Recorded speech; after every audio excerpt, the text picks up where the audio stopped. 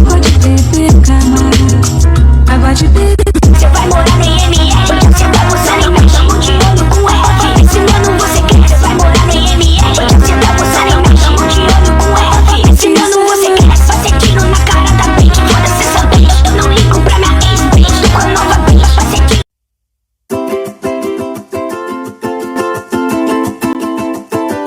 Bagaimana terbentuknya garam air laut? Mari kita simak video berikut. Teori salinitas air laut terbentuk dari zat-zat kimia yang menyebabkan air laut rasanya asin. Diperkirakan zat terlarut berasal dari daratan yang terkikis dan terbawa oleh aliran sungai.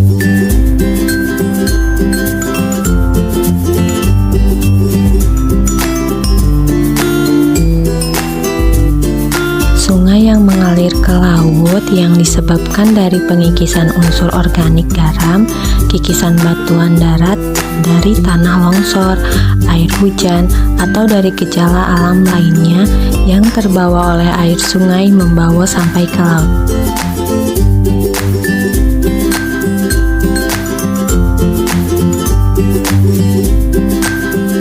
Zat-zat garam tersebut berasal dari dalam dasar laut melalui proses outgassing, yakni rembesan dari kulit bumi di dasar laut terbentuk gas pada permukaan dasar laut. Bersama gas-gas ini terlarut pula hasil kikisan kerak bumi, dan unsur hara dasar laut merembes pada garam-garam sehingga terbentuk garam di laut. Kadar garam larutan tidak berubah sepanjang masa.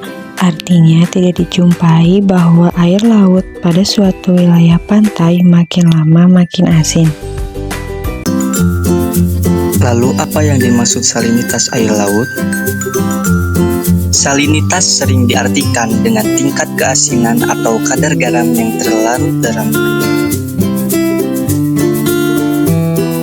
Salinitas air laut yaitu jumlah kadar garam yang terdapat pada suatu perairan.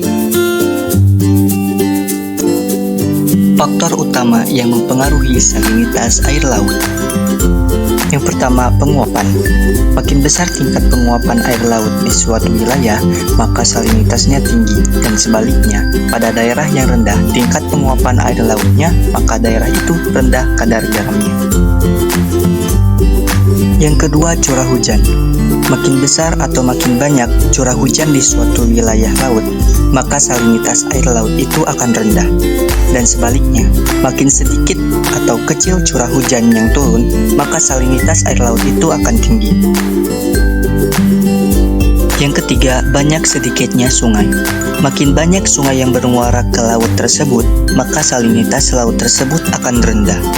Dan sebaliknya, makin sedikit sungai yang bermuara ke laut tersebut, maka salinitasnya akan tinggi. Untuk materi selanjutnya, yaitu sirkulasi air laut. Pengertian sirkulasi air laut.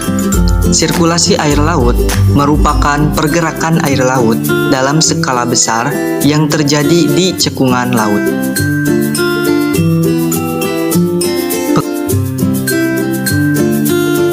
Penyebab sirkulasi air laut.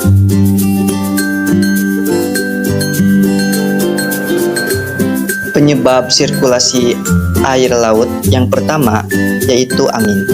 Angin bertiup di atas permukaan laut dan mendorong air untuk bergerak. Hal ini seperti saat kita meniup air di dalam kolam. Airnya akan bergerak mengikuti arah tiupan. Yang kedua, suhu dan salinitas. Air di daerah tropis lebih hangat dan lebih ringan, sedangkan air di daerah kutub lebih dingin atau lebih berat. Yang ketiga, rotasi bumi. Bumi berputar seperti bola. Hal ini mempengaruhi arah pergerakan air. Di belahan bumi utara, air bergerak ke kanan, sedangkan di belahan bumi selatan, air bergerak ke kiri. Hal ini disebut efek Coriolis. Yang keempat, gravitasi. Gravitasi menarik air ke arah bumi. Air di lautan selalu ingin jatuh ke arah pusat bumi, dan hal ini membantu menciptakan suatu gerakan. Yang kelima, bentuk dasar laut. Dasar laut memiliki gunung dan lembah yang mempengaruhi bagaimana air bergerak. Air bisa terhambat atau diarahkan oleh bentuk-bentuk tersebut. Yang keenam, pasang surut air laut. Setiap hari, air laut naik dan turun karena adanya pengaruh bulan dan matahari. Perubahan ini juga membuat air dapat bergerak. Selanjutnya, pentingnya sirkulasi air laut bagi ekosistem. Yang pertama, menjaga keseimbangan ekosistem global. Yang kedua, menyerap karbon dioksida. Yang ketiga, membantu penyebaran panas. Yang keempat, membantu distribusi nutrisi dan oksigen. Yang kelima, membantu pertumbuhan ikan. Yang keenam, membantu menyebarkan spesies. Adapun manfaat sirkulasi air laut, yang pertama, manfaat terhadap iklim. Yang kedua, terhadap pelayaran.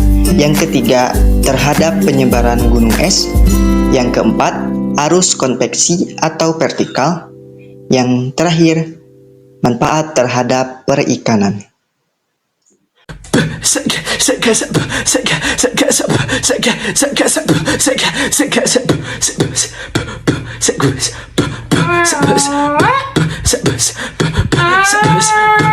Sebes